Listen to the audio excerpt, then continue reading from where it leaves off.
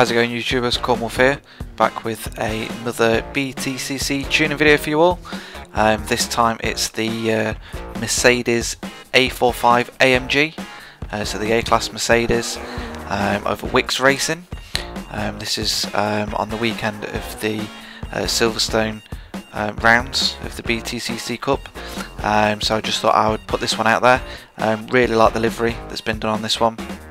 Just search for BTCC when you go on this car, and there's a few there, but this one was the 2014 livery, which is really nice. One thing about this car is that unfortunately it doesn't have front wheel drive, which I know it is in the actual BTC series, but unfortunately that's just the limits of the game. So I've gone with put my teeth in, rear wheel drive on this, but it handles really well. I wouldn't say it's the fastest car out there, at least in this spec, but as always I've added the race tyres, the roll cage, full weight reduction and things like that just for the authenticity, but it's good fun to drive. It is up on the storefront if anybody wants to just download that. But yeah, it's really good, and this is actually just going around the Silverstone circuit now. So I hope you enjoy this video. Don't forget to do all those wonderful things that you guys do, and we'll take you to the storefront. So just a quick look before we get into the actual build of this vehicle here. This is the Mercedes-Benz of Wix Racing, and as you can see, the guy's done an absolutely fantastic job on this, and it's expendable 2K14. If you do Wix Racing, I think it's Wix Racing 2014, you'll see this on the paint shop there if you did want to get this paint job. The guy's done a fantastic replica of the 2014 livery for this. So if you do want to do yourself a BTCC tune and you want the livery on there, please search for that one. It's fantastic. So I'm just going to the upgrade shop and let's get to it. So conversions, engine swap, we've got the stock engine. Drivetrain, we've actually gone to rear wheel drive. Now, before anybody gets on at me, it is front wheel drive naturally for this car in BTCC, but unfortunately, as you can see, we've got the option of four wheel drive or rear wheel drive. I went rear wheel drive, gives you that extra few points. As you can see, it nudges you up 51 points. So I thought rear wheel drive's better than four wheel drive. So to an extent, according to a lot of people that's done a lot of research, that the four wheel drive car, especially in Forza 3, wasn't quite up there. And I wanted to give something that was a better representation of the BTCC car, and they'd either do, I don't think there's many, if any, four-wheel drive cars in BTCC, so you'd pick one or the other. So I've gone with rear-wheel drive for this one, just to put that out there before anybody gives me any negativity on the comments. Right, air filters, we've gone with the race intake. The fuel system is race also. The ignition is stock. Exhaust is race. The cams and valves is race. Valves is race valves. Displacement is race. Pistons and compression is race. And the turbo we've got in this is the race turbo, so it comes factory with a turbo, and just as you can see there, you might want to do a little bit of a short shift on this car. So at 1, 2, 3, 4, so that number 4 is actually out. That number 4 should actually be number 5.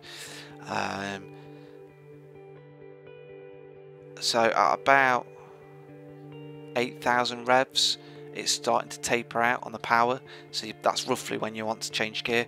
If not, just rev the tits off it. But if you did want to get optimal speed and power out of this car, you just want to give that just a very slight short shift. So what would that be? About 8.1, 8.2. Just give it a quick shift, maybe 8.3, just to be sure. and then go for it. So don't take it all the way up to the red line, because as you can see, it doesn't taper off, but it just doesn't get anywhere either. So you're better off dropping it and banging it straight up again and get that power up. Intercooler is stock, and the oil and cooling is stock, and the flywheel is stock. Platform and handling, brakes, we've got race brakes. Springs and dampeners, we've got the race springs and dampeners.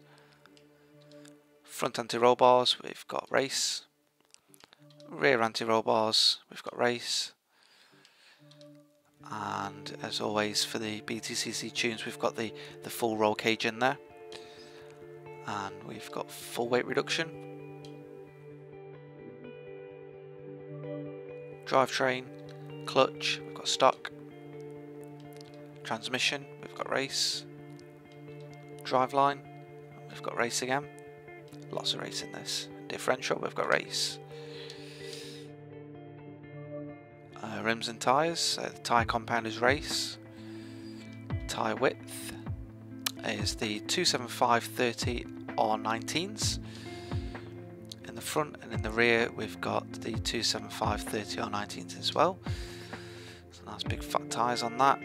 The rims, we have got custom rims on here, so if we can pick the right ones. Yes, right. So we've got the, let's just go back there, the multi-piece rim style, and we've got the monoblock VIs, which are pretty nice. It gives us a bit of extra weight that we've managed to strip off there. Even take off a little bit more there. There's that for now. Bounce. There we go. The rim size, stock, and in the front, in the rear, sorry, stock as well. So we're keeping that nicely stocked up. And the bumpers, we've got the front Forza bumper as always, and the rear wing Forza wing on there. And if I just pop back to an engine part and just go through the stats, so you should have 7.5 speed, handling is 5.5, acceleration of 8.9, launch of 8.6, and braking of 6.0.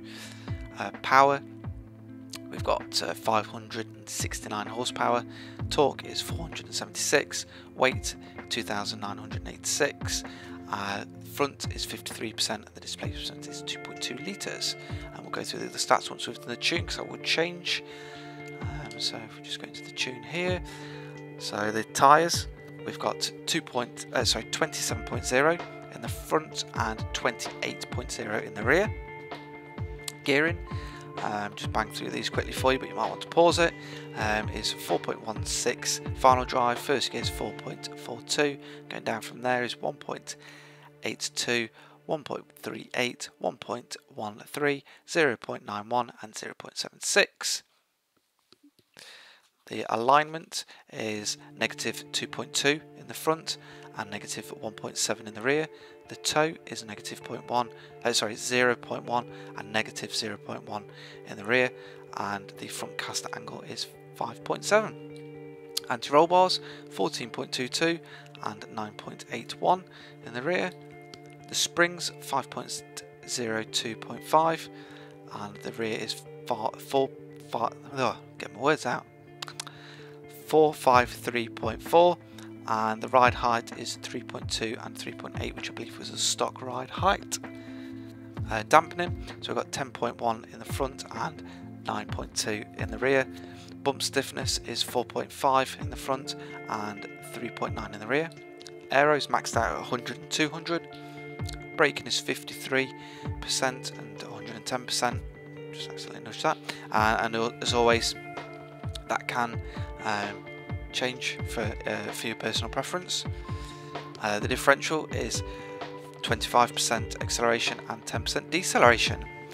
And the just go through the benchmarks on the left hand side there. Excuse me. Got from 0 to 60 miles per hour, we've got 4.089. 0 to 100 is 7.815. Top speed of 183.9 miles per hour. The braking distance is 103.9 1.0 at 60 miles an hour, and 100 miles an hour is 260. And the lateral G's at 60 miles an hour is 1.27, and at 120 miles an hour is 1.29. So it's not a bad car, this, taken out on quite a few tracks, and it handles itself really well. I would say it's more of a lobby car than a rivals car. It's just good fun to take this out, especially with that livery on there. But it does hold its own, and it's got some nice power on there. So I hope you enjoy this tune. Don't forget to like, subscribe, and comment below, and all those wonderful things. Hope you're keeping up with the touring cars, some nice action. And when this is released, it should be the weekend coming up of Brands Hatch, I think. Whatever the next, the third stage of rounds are. The track fails me, but I hope you're enjoying watching it. Some nice action coming up on those races, and I do love that they don't mind a little nudge every now and again. If it was in Formula 1, then there'd be red flags and people crying and all sorts. Still love Formula 1, not dissing it. I do watch it quite a bit still, but it is nice just to see a few shunts here and there to get people out of the way, unlike Maldonado. But I'll leave that there. So